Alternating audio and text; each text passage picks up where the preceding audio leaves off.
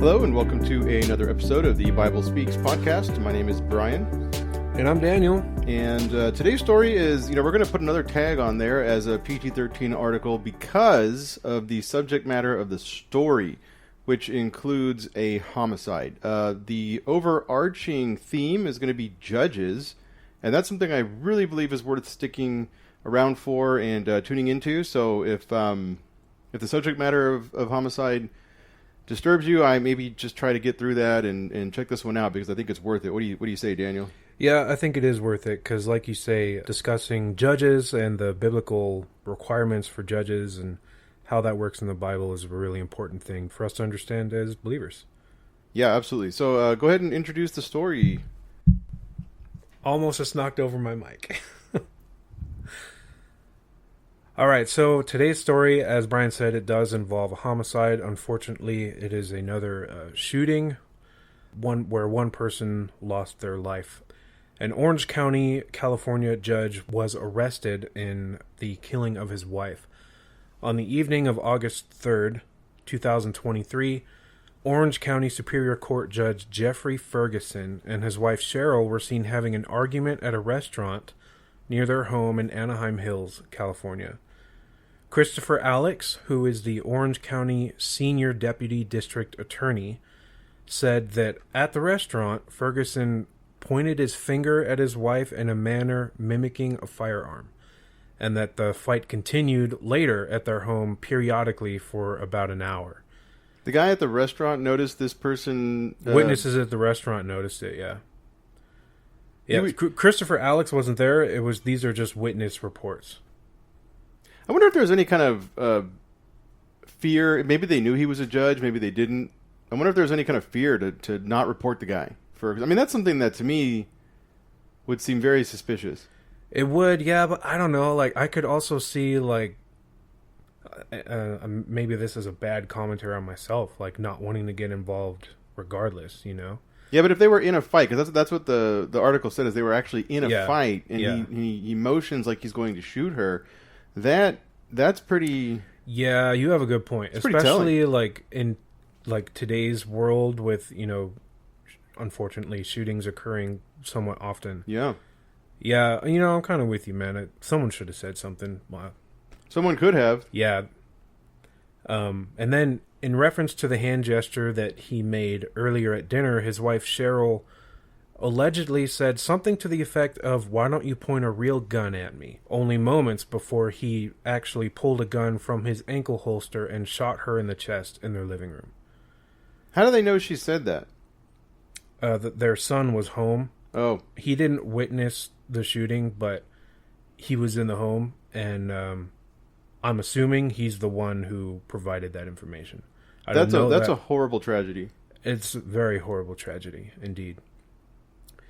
The judge and his son both called 911 after the shooting, and according to the deputy DA, when the 911 dispatcher asked the judge if he had shot his wife, he said he didn't want to discuss it at that time. Then the dispatcher asked again, and he said she needed paramedics. Just minutes later, according to Deputy DA Alex, Ferguson sent a text message to his court clerk and bailiff saying, quote, "I just lost it. I just shot my wife. I won't be in tomorrow. I'll be in custody. I'm so sorry." So he confessed through text message. Yeah, effectively. Apparently they both thought he was joking, but unfortunately he was not joking. I would never take a text like that to be joking. I don't know how I would react to a text like that. I think I would react, like you, like, "Oh my gosh, are you serious?" Yeah, I might have responded, "Are you serious?" But I would have never assumed he was... Maybe and just laughed it off, yeah. That could be telling of the personality of the judge. Ah, like he made those kinds of remarks often? Maybe. If they thought he was joking, that to me is... That's a possibility. I hadn't considered that. Yeah. When officers arrived on scene at Ferguson's home, they reported that he was displaying signs of impairment, such as slurred speech and smelling strongly of alcohol. Deputy DA Alex is also saying that their body cam footage caught him saying, quote, "Well, I guess I'm done for a while. Oh my God. My son, I'm sorry. Expletive, up. oh man, I can't believe I did this. So again, basically another type of confession, yeah. And then approximately 7 hours after the shooting occurred, a blood sample was taken from Ferguson, which showed that he still had a blood alcohol level of 0.06%.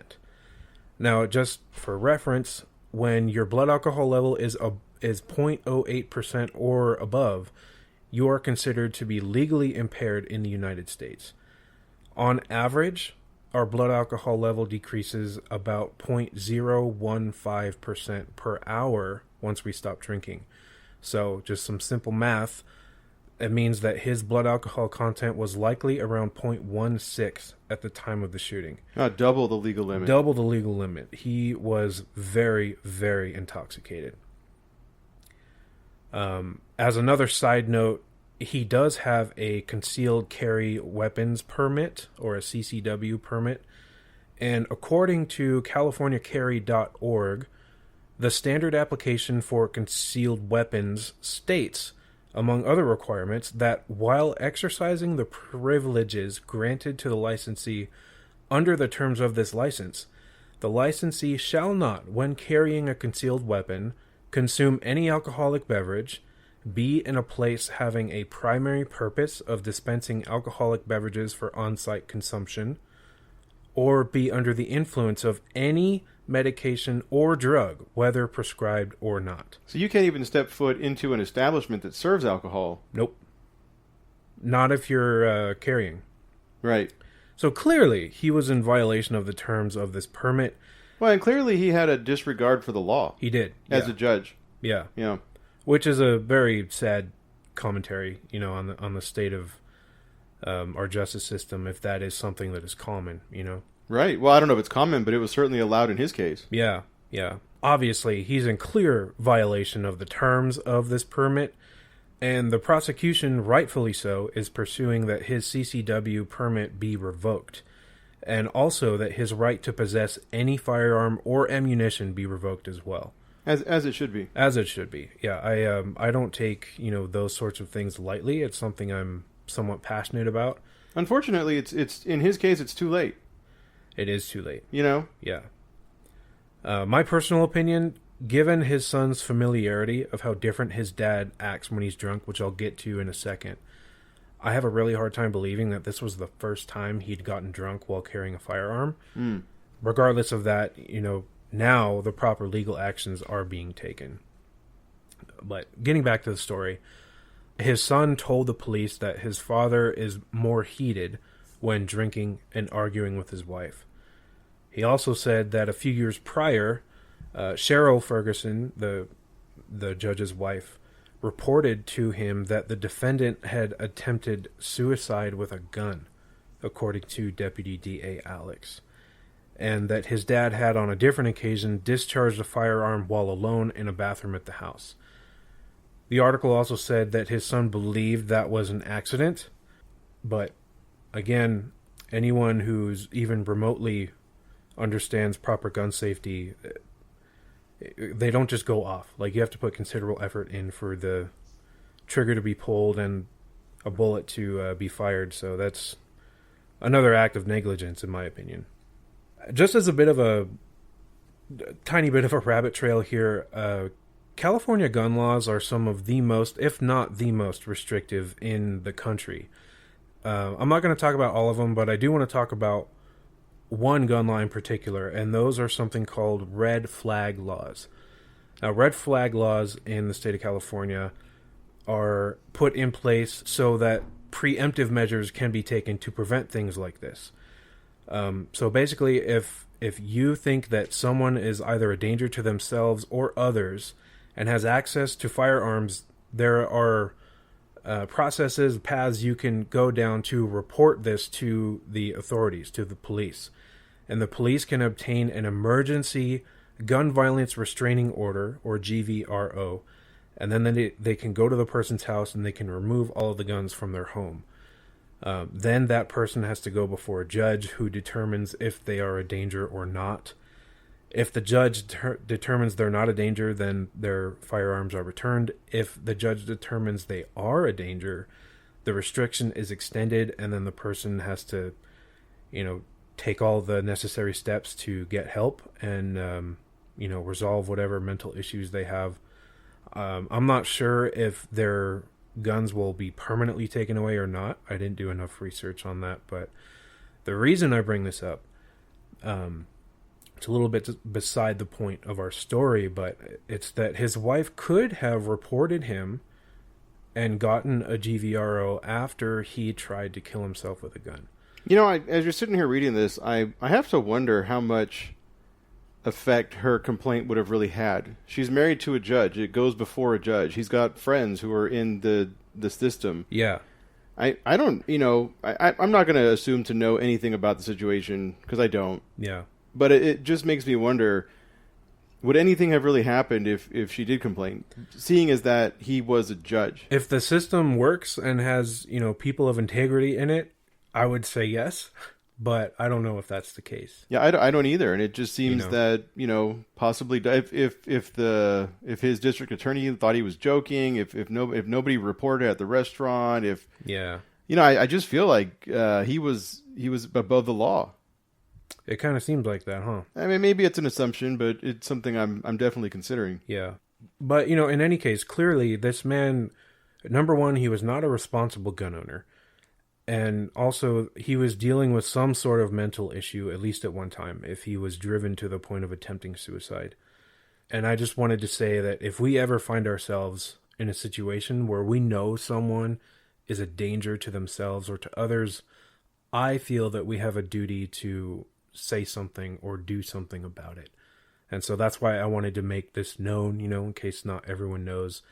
This is just in California, but I know, I think at least a dozen other states have similar red flag laws with regard to firearms. So, I just wanted to make a bit of a PSA, I guess you could say. Yeah, and kind of another aside is that, I just want to point this out. Judges live very, comfortably. They make a lot of money. Yeah, Anaheim Hills is an extremely nice area. Anaheim Hills is a very nice area. And yet this man still wanted to commit suicide at one point. And it just kind of showcases the reality that it doesn't matter what circumstance you're in or who you are. Depression can affect you no matter what. Yeah, it can. Yeah. Yeah, so back to the story. After the officers arrived, he was taken and booked into the Anaheim jail and then later transferred to Orange County Jail on suspicion of murder and was held on a $1 million bail. He posted bond the next day. He was released on August 4th, according to the jail records. And then on August 10th, 2023, he was charged with fatally shooting his wife at their home in Anaheim Hills on August 3rd. He was charged with murder, including sentencing enhancements for the personal discharge of a firearm causing death, and also the personal use of a firearm. I don't even understand how you can post bail. I'm sorry, I'm going back to this point because it just really struck me.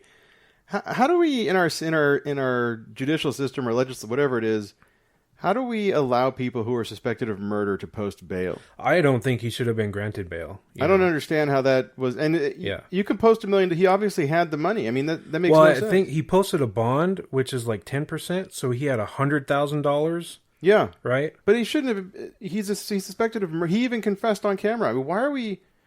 Anyway, yeah, no, sorry. I totally agree with you. I was surprised. Even, at the high number, I don't think he should have even been granted bail. No, it makes no sense. I think he should have been denied bail. Yeah.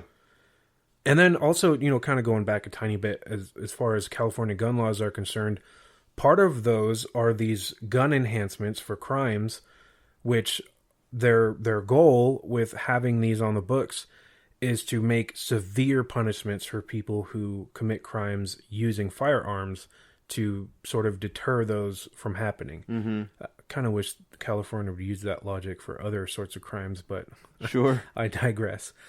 So again, those two enhancements were the personal discharge of a firearm causing death and the personal use of a firearm. Now, just that first enhancement alone carries an additional sentence of 25 years to life. So it's safe to say that he will die in prison if he is convicted, because that 25 to life would be in addition to the sentence he may receive for the murder of his wife. So he could potentially get sentenced with 2 life sentences. And he's like 72 years old, I think. Oh, so he's not got long. Yeah. Yeah. At least in jail. At least it's going to be a very hard. Well, I don't know where he would end up. He'd probably end up in like a white collar type of jail. My guess is because they, and I've heard this before. They if they find that if he were put into general holding, he probably sentenced a lot of those people. Oh yeah, so he'd be in like some sort of protective custody type thing. Yeah, you're right. So we talked about this judge. Obviously, this is a tragic story, and our condolences go out to the family. This is just awful. But it does bring up the concept of judges, and I wanted to take a look at what the Bible said about judges. And first off, I want to see what it says. What is a judge in Scripture, and how does the Bible define it? So I just want to start off right away. Deuteronomy chapter 1, verses 16 through 18. It says this is God giving commands to Moses. I commanded your judges at that time, hear the cases between your brothers, and judge rightly between a man and his brother or his resident alien. Do not show partiality when deciding a case. Listen to small and great alike. Do not be intimidated by anyone, for judgment belongs to God. Bring me any case too difficult for you, and I will hear it. I'm sorry, that was Moses talking to the people. And then it ends with, at that time, I commanded you about all the things you were to do. So first and foremost, judges were responsible for hearing cases between 2 parties, much like it is in the United States. Yeah. Judges were also commanded to judge rightly between 2 parties. And so what does it mean to judge rightly? And in the most basic of terms, it means that the judges in the Old Testament, judges in the Bible, were meant to judge in accordance with God's moral standard, or the law, right? Which was, the first few books of the Bible. It was also considered a righteous judging.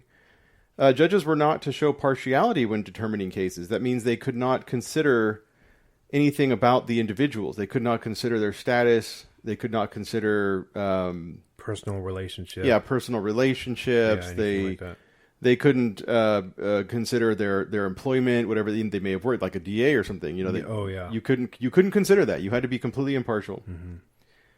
And then the judges were to give an audience to whomever came before them, regardless, again, of status. And so they had to hear all cases. It didn't matter who you were. It didn't matter if you were poverty. And people would just kind of say, well, do they really matter? Yeah, of course they matter. They're human beings, and they're people of... In this case, they were the people of God. So like everyone from like the lowly beggar, all the way up to the high priest, like all of them would get an audience. Yeah, absolutely. Yeah. And then judges were to have the fortitude to not be intimidated by any human being, because a righteous judgment came from God. And so what that means is that they had to adhere to the law of God, the moral law of God, which meant that their judgments, how they decided a case, could not be intimidated to go one way or the other. They had to say, this is what God's standard is, and I can't sway one way or the other, regardless of what harm may come to me, because it is not my personal judgment, it's God's judgment. And I think that's a huge differentiation between today's judges, and especially in the United States, versus the judges of the Bible. The judges of the Bible were not allowed to make up their own rules. They had to adhere to the Mosaic law, the law of God. And it was actually made it kind of easier for them, because they had a script they had to stick to. Yeah. If you did something, you could look it up and say, well, this is the crime, you did it. We have enough witnesses to determine that you did do it, so you're guilty, or whatever, you're innocent. And then also in this passage, Moses was considered the supreme court of the land, if you will. He was a single person. He wasn't a party of people. But any case that was too difficult for a regional judge to decide would go to Moses. And so kind of like the same thing with us having local courts and local judges, and then it would be going up to the Supreme Court. The only difference is there was no such thing as an appeals process. The only reason you went to Moses was because you couldn't figure it out on your own. Right, you didn't know what the right answer was. Yeah, so if the lower, so to speak, the lower judges made a judgment, you couldn't be like, I don't agree. I want to hear what Moses has to say. Right. Yeah, exactly. Their word was final. Yes. The local judge would have to actually say, I don't know how to rule this case. Yeah, okay. Yeah. Yeah. Just take it to Moses. The next passage is Deuteronomy 16:18 through 20a, and I put A because I only do the first half of the verse. Appoint judges and officials for your tribes and all your towns the Lord your God is giving you. They are to judge the people with righteous judgment. Do not deny justice or show partiality to anyone. Do not accept a bribe, for it blinds the eyes of the wise and twists the words of the righteous. Pursue justice and justice alone. So judges were appointed by region. Again, much like our regional courthouses, we have county, we have state, we have things like that. And then they are commanded to judge with a righteous judgment, again, that is based on God's law. The judges are commanded to enact justice and not show partiality based on who was being tried. These are things that are getting repeated, and so they were obviously very, very important to God and the nation. Judges were commanded to not take bribes so that their judgments would not be swayed away from the justice of God. I don't know if that's something that kind of got lost in the weeds. I feel like sometimes it's possible that judges do take bribes nowadays. I don't know that for sure. If these guys were caught doing that, they would be found guilty and condemned. What do you know what the punishment would be for that? To be a false witness was to be killed.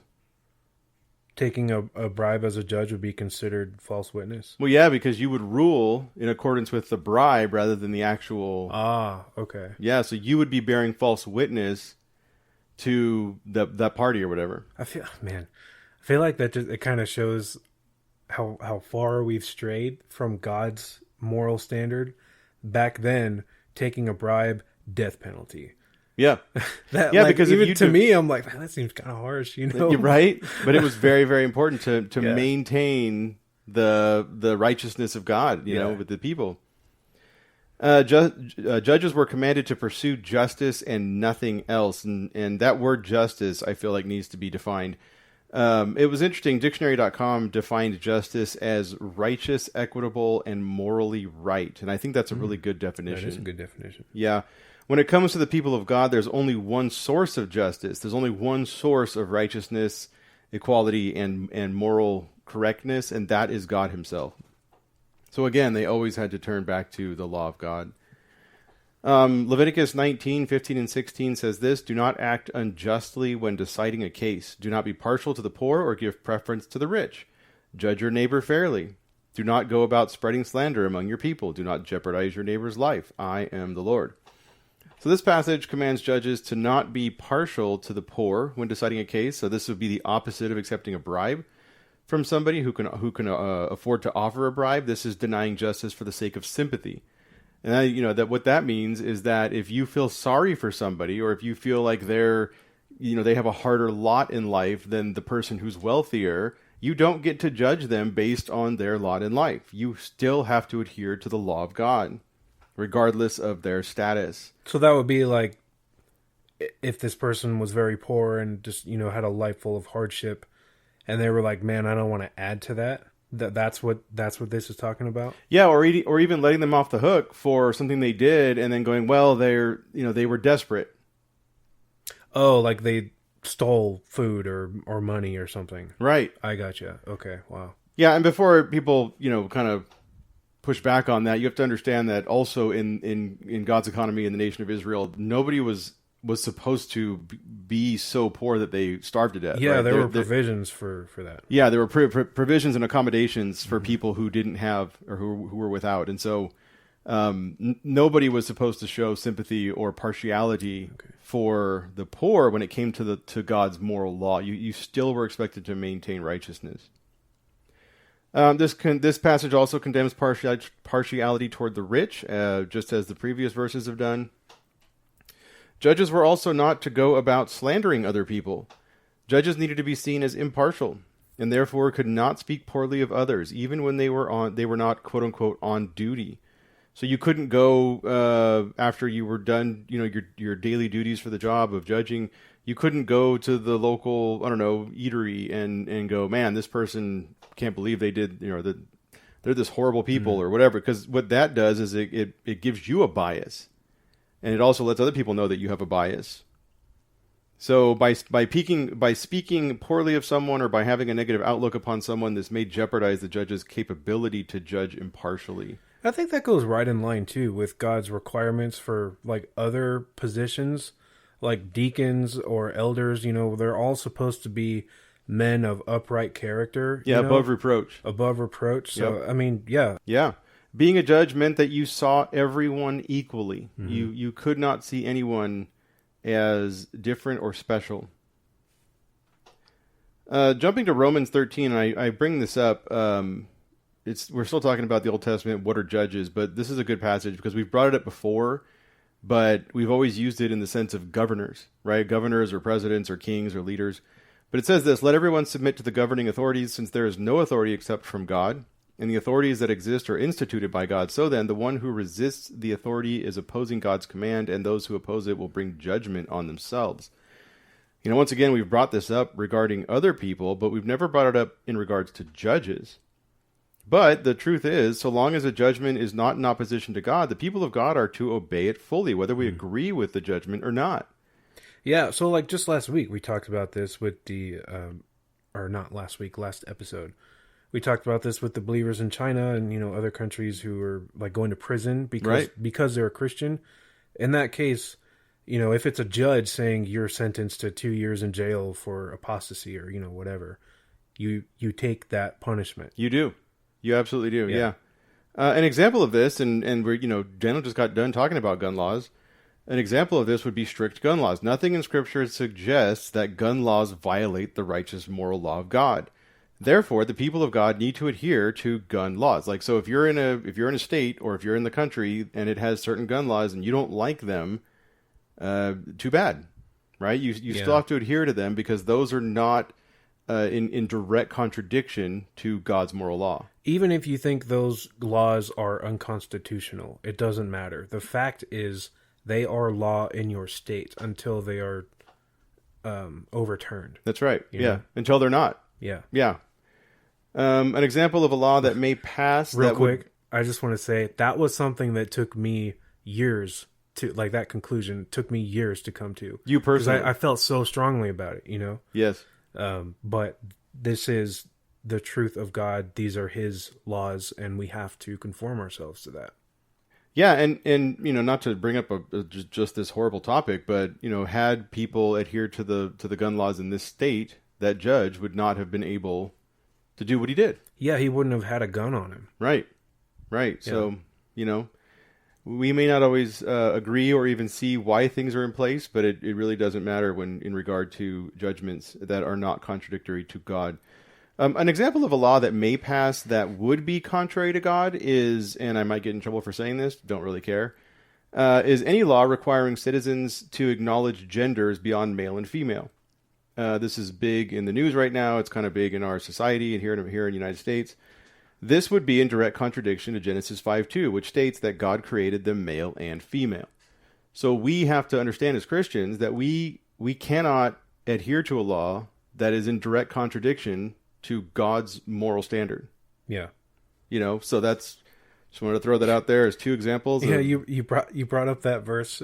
You want to hear like the craziest way I've heard someone try to say that this is God saying that there's more than just male and female? That verse? That verse. How do you take that verse any other way? So it says them. So they're like, yeah, he created them, male and female. Oh my gosh. And I'm like, no, that is not what that means. Read the verse right before it. We also need to take literature classes to understand sentence structure. Yeah, well, yeah. And I'm not trying to like degrade this person, but they didn't seem like the sharpest tool in the shed. Well, that's it's. I feel like that's just a willful ignorance. Like you're just trying to make it fit what you believe at that point. You know? Yeah, you're twisting the sentence to mean something it was never intended to mean. Yeah, yeah. So they probably weren't. They probably were a pretty sharp person that in that they were thinking about how can I twist this. Oh yeah, to mean maybe. It doesn't. Yeah. Yeah.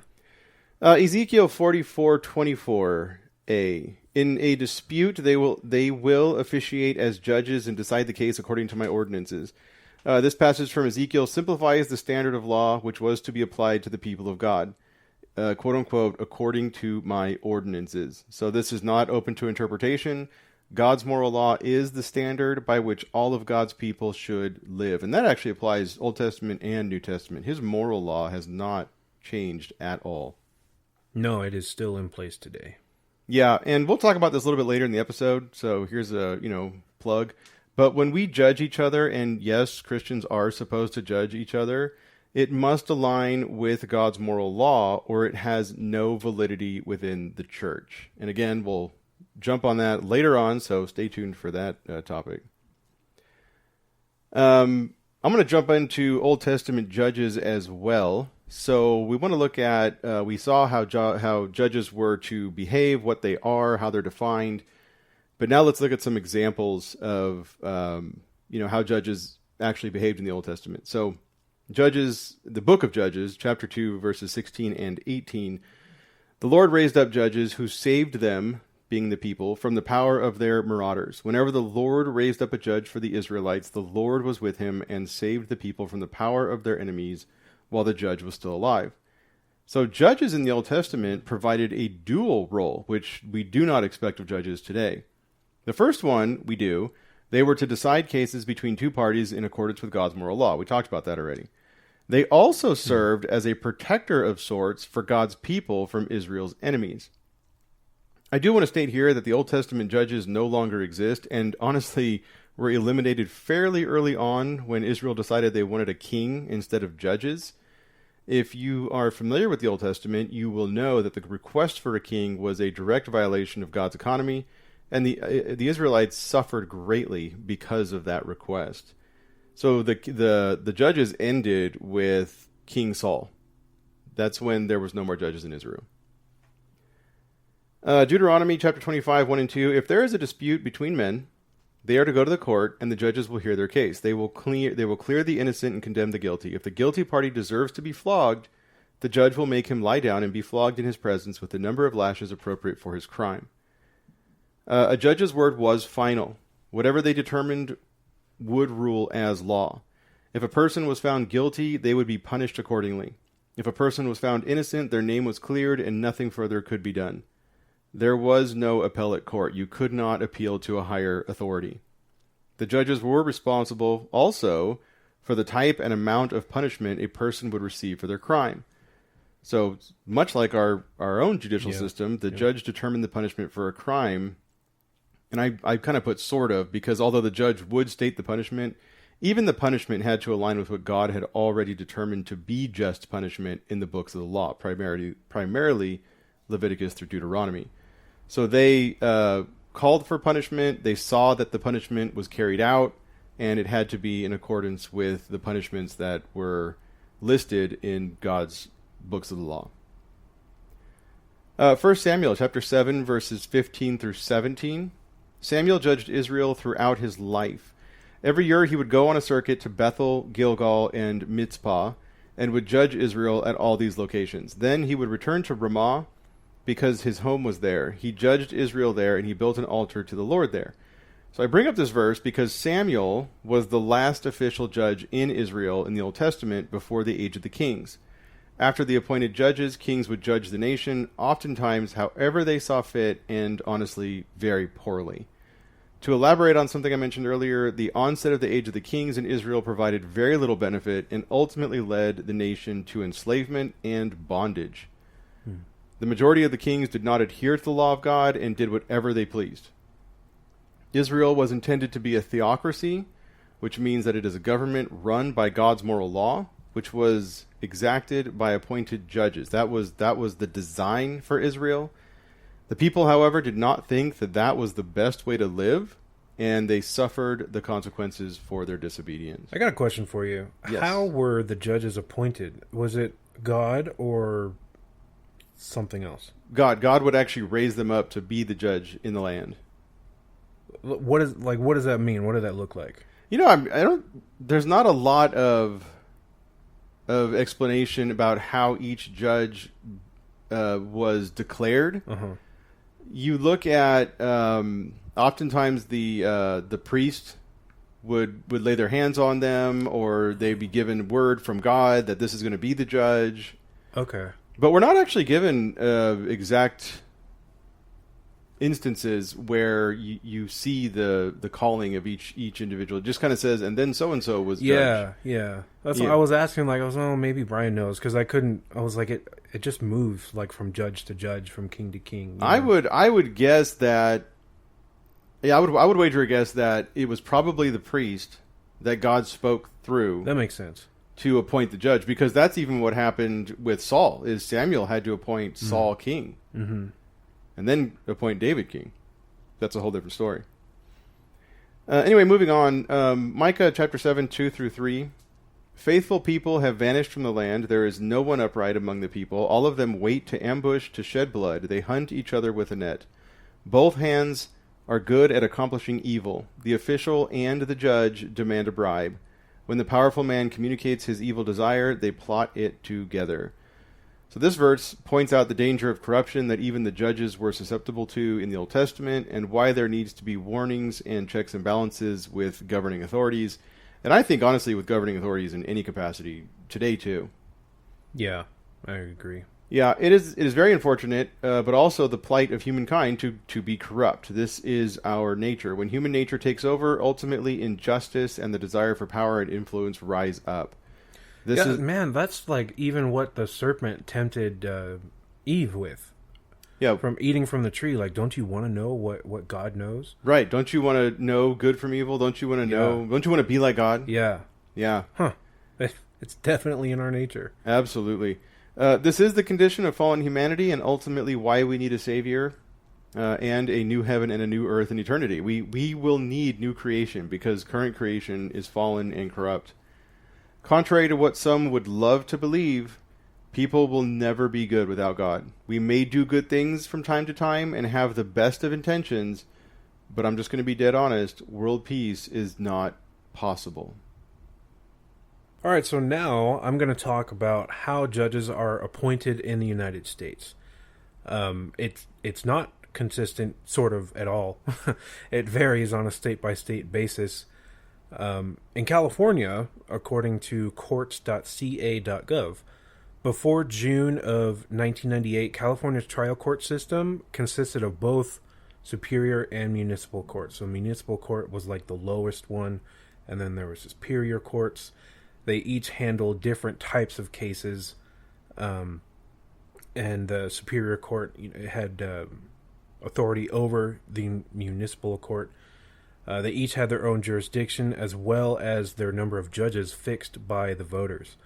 But then on June 2nd, 1998, California voters approved a constitutional amendment that permitted the judges in each county to unify their superior and municipal courts into one single superior court with jurisdiction over all case types.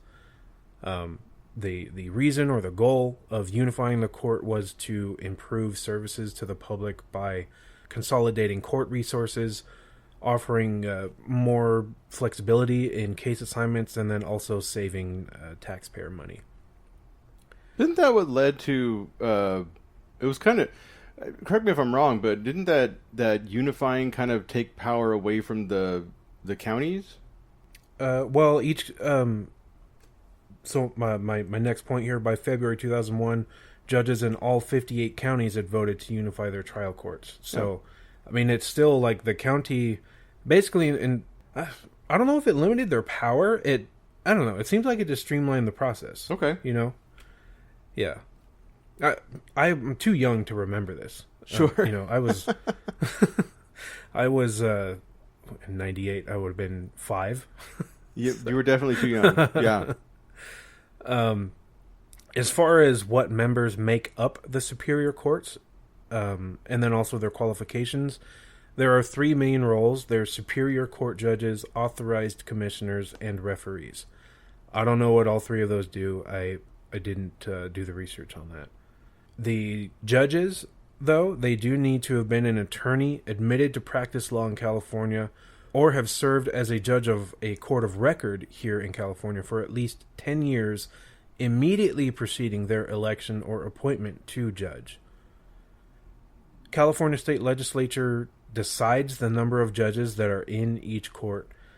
The Superior Court judges serve 6-year terms here in California, and they're elected by county voters on what's known as a nonpartisan ballot during a general election.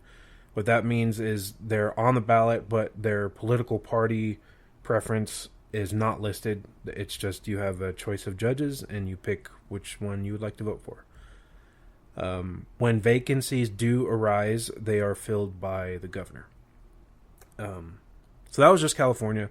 I wanted to go a little bit deeper on that than the other states because, we live in California. This case happened in California that we're talking about today. So as far as how the rest of the country works, I'll briefly go over it here. According to a website called democracydocket.com, no state actually selects their judges, all types of judges, in exactly the same way as another state. But there are some commonalities that exist. There are basically 5 main ways that state judges are appointed. There's a partisan election, a nonpartisan election, a legislative election, a gubernatorial appointment, and last, a merit selection. I'll briefly explain those right now. A partisan election, these are just like the way we vote for any other government position. Candidates are selected by political parties before a primary, or they're selected by political parties after a partisan primary election, and then they're voted on by the voters in the general election. Then there's a nonpartisan. They're very similar to the partisan elections, but the judges are not listed. The judges are listed on the ballot without any political party affiliation. Primary elections can be held for these, but it's mostly just to whittle down the pool of candidates all the way down to 2. It's not to select nominees from each party. And then that's not to say that political parties don't endorse judicial candidates. They do. But none of that information is put on the ballot. Next is a legislative election. This type of selection is done only in a handful of states. Through this process, judges are selected by the state legislature, so that'd be like the state Senate and the state Congress. They're selected with no input from either the governor or the voters. An example of this would be in Virginia. All judges in Virginia are selected by the Virginia General Assembly. And that actually dates all the way back to the colonial period, which I thought was pretty cool. The judges are elected by a majority vote of both chambers, and then if a vacancy occurs and the General Assembly is not in session, the governor is allowed to appoint a temporary replacement until the General Assembly can gather again and vote in a new judge. Next is the gubernatorial appointment. This type of appointment is very similar to the way the President of the United States is responsible for picking judges for the federal Supreme Court. For this type of appointment, the governor nominates judges to the court, and then the nomination is confirmed by another government branch or body. Usually it's like one of the chambers of the state legislature or the governor's council, something along those lines. And then last but not least, and my personal favorite of these, is a merit selection. This method is also known as assisted appointment, or also the Missouri Plan. It's the most common method in the country, with a total of 14 states using it to select judges for their state Supreme Courts. The specifics do vary by state, but generally speaking, with this method, the governor selects judges from lists that have been given to him or her of eligible candidates by a nonpartisan commission that bases its decisions on the candidate's qualifications and experience.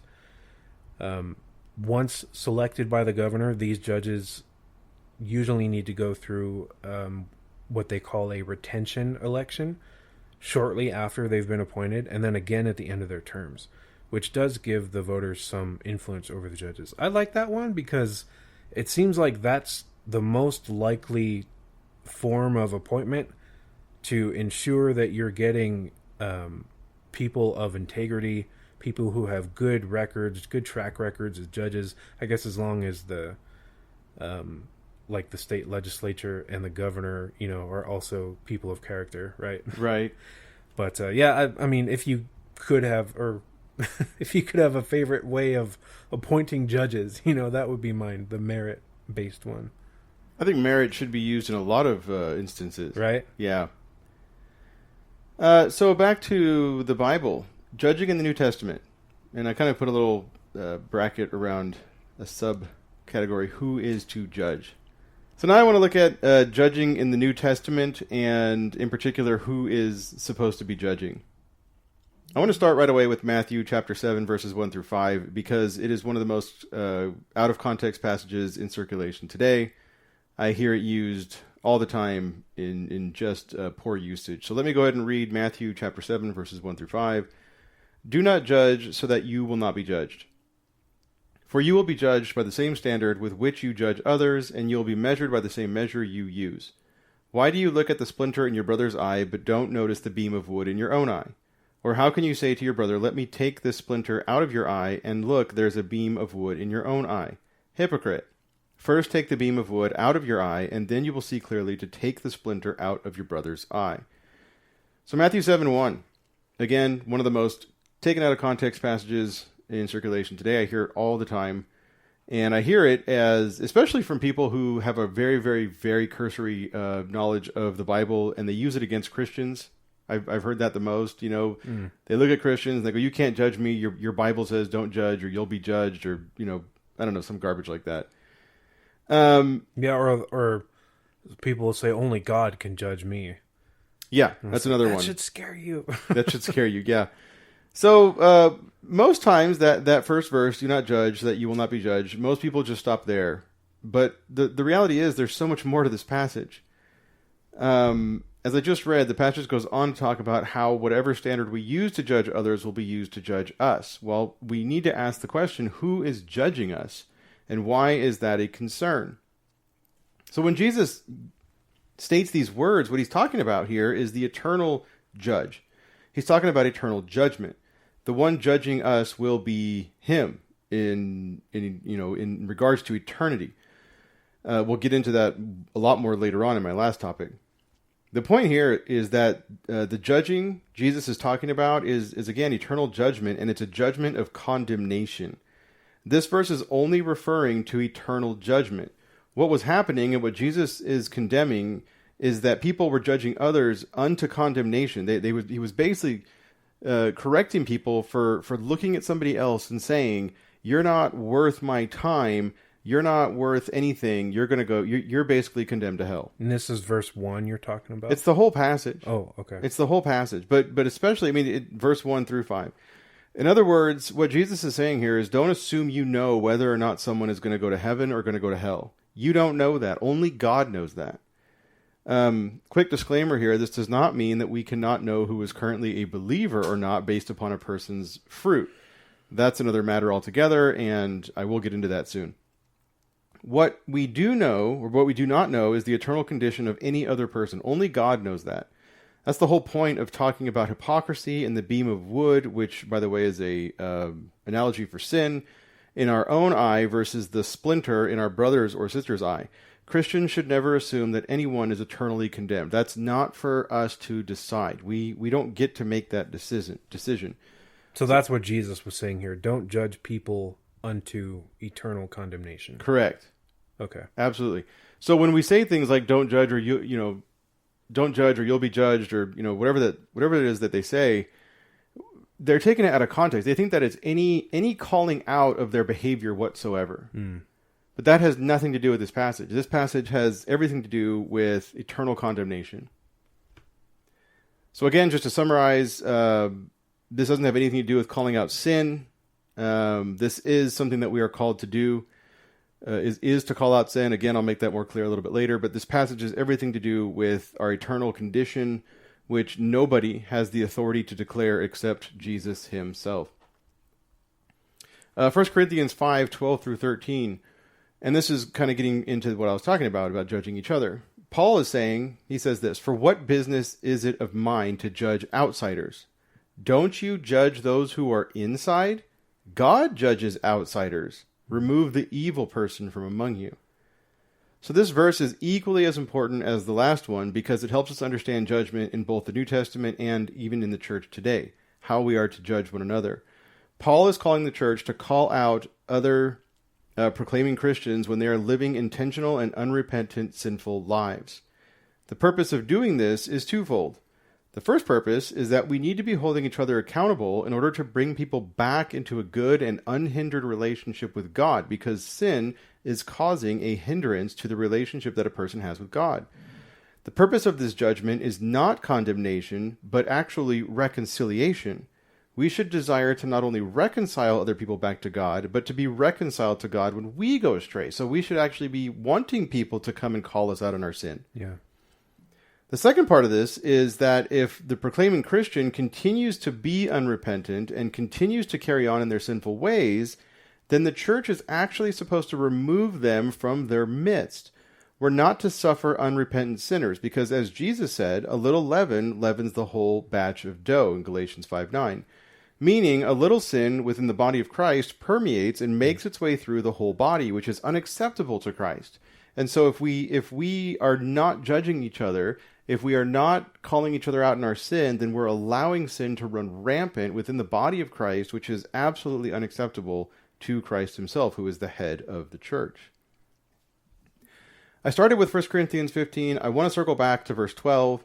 Paul also makes the case here that Christians have no business judging the world. Those who do not know Christ are not, I put here, held to the same standard as those who are known by Christ. But what I mean by that is that they don't know any better. They don't understand the standard of the morality of God. Yeah, God hasn't revealed himself to these people. And so because he hasn't revealed himself, there was no way they could understand or know any better. And so to call them out, to say, hey, you're a sinner. You're not measuring up to God's standard. It means nothing to them. It means nothing. Yeah. Why would they even care? Yeah. Right? That, as Paul says in the very end, that's for God to do. Yeah. Right? God judges those people. We don't judge those people. In regards to the lost and fallen world, the Christian is to be sharing the gospel and nothing else. I think Paul's words in 1 Corinthians 2:2 just resonate here. I decided to know nothing among you except Jesus Christ and him crucified. I think if Christians took that approach to the world around us, we would be a lot more accepted and even appreciated. If we didn't sit there and tell people all about, oh, you're not living, this act is, you're going to go to hell because of that. Instead of saying, nobody, even me, I was condemned before Christ saved me. You're condemned because we stand that way. It's not about your particular sin. It's not about that one instance that I'm going to pick on you for, right? It's about this concept that there's nothing good about us and that nobody seeks after God. And we all need Jesus Christ as our Savior to save us from eternal condemnation. But we're not saying that they're hopeless or they're helpless and that there's no way they're going to go to heaven. Because that is God's determination. It's really of no benefit to either the believer or the non-believer to hold the non-believer to the same standards by which the believer is held. We shouldn't try to reconcile somebody's relationship to God who has no relationship with God. Right? We only try to remove the hindrance to people who have a working relationship with God.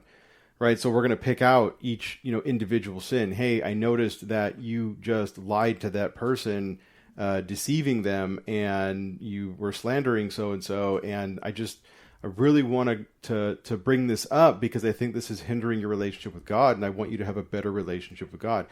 I'm not going to go to somebody who's of the world, a non-believer, and say, I heard you slandering that person and it's really hindering your current relationship with God. They don't have a relationship with God, right? Yeah, I think that's a really important distinction, is the reason that you do call them out on their sin, you do judge them for it, is to restore their relationship with God. Yeah. Like you've pointed out, you can't do that with someone who doesn't have a relationship with God. Right, there's nothing to restore. Yeah. Right, it's absent. Yeah. Right. So that is the underlying difference there. Luke 6:37. Do not judge and you will not be judged. Do not condemn and you will not be condemned. Forgive and you will be forgiven. The reason I bring this verse up is because I really think it hits home with Matthew 7 in that the judgment of Matthew 7 is talking about condemnation. Luke uses these words interchangeably, judgment and condemnation. And then the opposite of condemnation and judgment is forgiveness. When a Christian is presented with their sin, they need to repent of that sin. It is the body of Christ's responsibility to forgive that person if they do, in fact, repent of the sin. In this situation, forgiveness is the Christian's role. Condemnation is never the Christian's role. We have to leave that to God. John 7:24, stop judging according to outward appearances, rather judge according to righteous judgment. To carry on with how we are to judge in the New Testament, the standards of the Old Testament have not changed. When we do judge, we are not to judge based upon outward appearance or status or any other outside factor. We are to judge according to God's moral law and his righteousness. So when we're dealing with fellow believers, we are not to have, partiality in regards to somebody who maybe is popular. If you're popular, but you're also gossiping, it doesn't matter. You still have to call them out because that's still a hindrance to their relationship with God, right? So we need to make sure that we're not showing partiality when it comes to somebody who we think may get a pass because of who they are. We cannot determine what we believe ought to be judged and not judged. We cannot determine what is sin to God and what is not sin. We must judge in accordance with God's righteousness and his revealed law. And so what I mean by that is, let's say that somebody is habitually sinning in a certain way, and we go, well, I get it. Your circumstance, it's understandable. I get why you're sinning, so we'll just brush that aside and carry on. Just to give some more substance here, let's go back to a previous example. Someone's constantly stealing food because they're starving, they're hungry. Yeah. And that's their solution. I'll just steal it. Right. Right. And then we go, well, you need food. Yeah. So we're going to call that not a sin. Mm-hmm. But it is a sin according to God's moral law. Yeah. Which, by the way, if there's somebody who has to steal food, the church needs to step up and provide. That's why I brought that up. Right, for that person, because there are, things in play that we're supposed to be doing for the church. Yeah. But yeah, really good example, Daniel. Thank you for that. All right, so now I'm going to talk about the responsibility of judges in the United States. In this country, judges are entrusted with the task of upholding, interpreting, and defending the law, as well as determining the appropriate sentencing for convicted criminal defendants. According to find.uscourts.gov, judges have 5 basic tasks. Their first task is to preside over the trial and ensure that order is maintained. The second is to determine if any of the evidence that the parties want to use was obtained illegally or improperly. Their third task is to give the jury instructions about the law that applies to the case and the standards that it must use in deciding the case before they begin their deliberations. Their fourth task is, and this only applies to bench trials, it's to determine the facts of the case and to issue a ruling based on those facts. So in case you're unfamiliar, a bench trial is a trial that takes place without a jury. The judge is presented with all of the relevant evidence, then determines what the facts of the case are, and then issues a ruling based on his or her findings. And then the fifth task is to appropriately sentence convicted criminal defendants. Now, I would also add, I've already said this a couple times, that as a judge, they should be people of integrity. They should be people who are committed to leading by example and also committed to not abusing their position of power in order to bend the law in order to favor themselves or their family or their friends. I feel like the concept of judge hasn't changed much of what a judge is supposed to be from Bible times. Yeah, the ideal hasn't changed much, right? Yeah, it's still the same above reproach standard. Yeah. And even the methodology of how to determine, whether something is right or wrong, and then to issue judgment, I think that still carries. Yeah, I mean that bench trial, that's literally the Old Testament judges, like the process. Yeah. Yeah. That's literally what would happen. They'd be presented with the evidence, they decide the facts, they make a ruling. Yeah. And then they determine the punishment. Yeah. Absolutely. All right, so coming back to the Bible, we're going to close out on this one with the theme or the idea of the judge who sits upon the eternal judgment seat. James chapter 4, verse 12 reads this way. There is one lawgiver and judge who is able to save and to destroy. But who are you to judge your neighbor? James drives home the concept of judging unto condemnation and its error. To segue from my last topic to this one, James makes it clear that judging unto condemnation is a right that only God has, who is, as he puts it, the one lawgiver and judge. So, just kind of summarize, we don't have a right to judge unto condemnation. Only God does. We do have a right to judge for the reconciliation of fellow believers to God, but not to condemnation. Psalm chapter 94, verses 1 and 2. Rise up, judge of the earth, repay the proud what they deserve. Lord, how long will the wicked celebrate? The concept of God as judge resonates throughout Scripture. Here, the psalmist is pleading to God to rise up and judge the earth. The perspective of the psalmist is right and good in that he does not assume that it is his responsibility to judge the world. He defers to God, whom he calls the judge of the earth. The title should help us understand who God is in relation to his creation. He is the only lawgiver. He is the only righteous judge. He is the only one who is capable of issuing true and everlasting justice. He also is the only one who carries the qualification of deciding a just punishment. And the last thing that the psalmist states here is that judgment is also in God's timing. While we may not understand why evil and wickedness have run rampant in the world for so long, we must also defer to God for his timing and his purpose to be fulfilled. We must trust that in his perfect time, he will bring justice for good or for bad upon the earth. Yeah, it's so important just to rest in God's sovereignty. It's not for us to worry about. It's so frustrating if we don't. Yeah, it really is. Yeah. John chapter 12, 47 and 48. If anyone hears my words and doesn't keep them, I do not judge him, for I did not come to judge the world, but to save the world. The one who rejects me and doesn't receive my sayings has this as his judge. The word I have spoken will judge him on the last day. This is Jesus speaking, and he's speaking during his earthly ministry. I have heard some people say that Jesus doesn't judge, but only saves, that he says here he's not going to judge, he didn't come to judge. But, while it is true that the reason Jesus came to earth was to seek out and save the lost, this does not nullify his current role as eternal judge. Notice that he also states in the same passage that the word he has spoken will judge people. John 1 tells us that in the beginning was the Word was with God, and the Word was God. The Word then became flesh and dwelt among us. The words Jesus speaks are the words of God. They are his words, since he is God in the flesh. His words will judge the one who rejects him. It is true that during his earthly ministry, Jesus did not judge, but do not be mistaken, he judges now. So that's what he meant when he said, if anyone hears my words and doesn't keep them, I do not judge him. He meant, like, here and now, I don't judge you. Yeah, but then effectively, like, the words I do speak are what you will be judged by in eternity. Right. Okay. Yep. Carrying on, Acts 10, verse 42, he commanded us to preach to the people and to testify that he is the one appointed by God to be the judge of the living and the dead. So we immediately see the reality of Christ's current condition.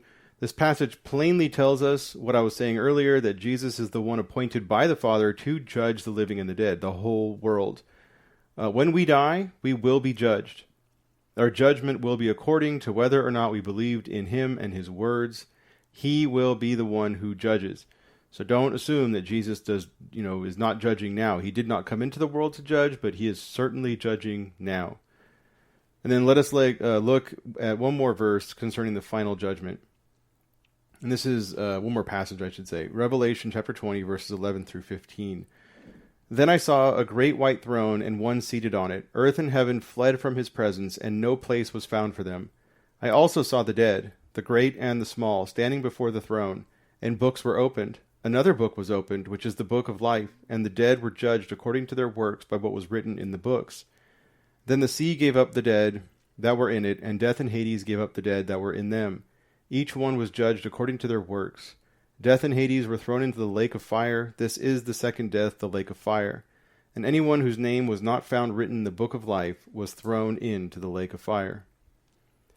The great white throne is where Jesus sits. all the living and the dead will come before the great white throne for judgment. Several books will be opened. The first set of books are the records of the people who stand before the throne, so the records of all of the things that they did throughout their entire lives. The other book that's opened is the book of life. It is in this book that all the names of those who believed in Jesus will be written. Those whose names are not written in the book of life will be judged according to their works, which means all of the sins that they committed. And if I haven't said it before now, I want to define sin here. Sin is in layman's terms just breaking the moral law of God. That is the definition of sin. The frightening reality for all whose names are not written in the book of life is this: they will be judged justly for all of the sin that they committed in life. In accordance with this judgment, they will receive a just punishment, which is eternal separation from God. As a side note, I just want to say something. There are those out there right now who are claiming that hell is not terrible because of eternal separation from God, but because they are being punished by God's righteous anger for all eternity, and that he is somehow present in hell. I'm actually really disappointed in this concept, this idea. I do believe that it has caught traction, and again, I'm just sorely disappointed in that, because if you go to Second Thessalonians chapter 1 verse 9, it clearly states that this is the punishment that you will receive. They will pay the penalty of eternal destruction from the Lord's presence and from his glorious strength. They will be separated from his presence and his strength. Hell is not horrible because God is continually and actively punishing us. Hell is horrible because it removes us from everything that is good and holy and lovely about God. When we reject God in this life, our punishment is that we will never be reunited with him. We will never experience the glory of his presence, which is the absence of death and sorrow and grief and pain and suffering, or anything that would cause us to shed tears of agony. So imagine that being without him is the culmination of all of those things, whereas being with him is the absence of all of those things. To know God now is to know God forever. To reject God now is to reject God forever. Only God knows our hearts, and so only God can act as eternal judge and either justly deliver us from eternal separation or condemn us to eternal separation from him. Man, that was I really like that, but that's like talking about eternal judgment. It's kind of a lot to take in, It's interesting to me that judgment is a theme throughout Scripture. Yeah. And it all comes down to God's moral law. Yeah, and I'm still amazed. Like, when I loved the comparison, the multiple books. There's the one book of all those whose names are not written in the book of life, and all of them, they have their record of debt that stands against them, and they are judged accordingly. And then you have the Lamb's book. It's just the names of all God's chosen people. Yeah, and their slate is clean. Their slate is clean. It's just, beautiful message of the forgiveness we have through the blood of Christ. Yes. So just to overview what I talked about today, our story is on the very unfortunate, tragic shooting where an Orange County Superior Court judge by the name of Jeffrey Ferguson shot and killed his wife Cheryl in their living room in a sort of drunken rage on August 3rd, 2023. He was booked into jail that night and then released the next day on $1 million bail. He's been formally charged with murder with 2 gun enhancements on the charge, amounting to more than 25 years to life, in addition to whatever sentence he may receive for murdering his wife. We also discussed how judges are generally appointed in our country, as well as the responsibilities that they have. Yeah, and then a recap of what we talked about in regards to the biblical conclusions. A judge in the Bible is someone who is designated by God to judge righteously and without compromise the moral law of God. Old Testament judges were both those who judged between conflict and also protected against Israel's enemies. The judges of the Old Testament stopped with the age of the kings. Judging in the New Testament is a judgment unto reconciliation and not condemnation. Believers are to judge each other for correction and reconciliation with God. The church has no business judging non-believers, as they have not confessed a desire to be held to the moral law of God. And that is only something that God can do. And the last point was, the judge who sits upon the great white throne is Christ, who has been designated judge by God the Father. He will judge based both upon the names written in the book of life unto eternal reconciliation to God, and those names whose names are not written in the book of life in accordance with their sins and unto eternal separation from God. All right, so that is going to wrap it up for this episode of the Bible Speaks podcast. As always, Brian and I are very thankful to all of you who listened to this episode. We do ask that you send your suggestions for news stories to us at thebiblespeakspodcast@gmail.com. And then also, if you could leave us a 5-star review on iTunes or drop a like on the YouTube or, anything like that, we'd really appreciate it. We also ask that you share the episodes, that you subscribe to the podcast. We would greatly appreciate it if you did so. We look forward to being back here with you all on the next episode. That's all for now. Thank you so much for listening, and we will see you next time. See you next time.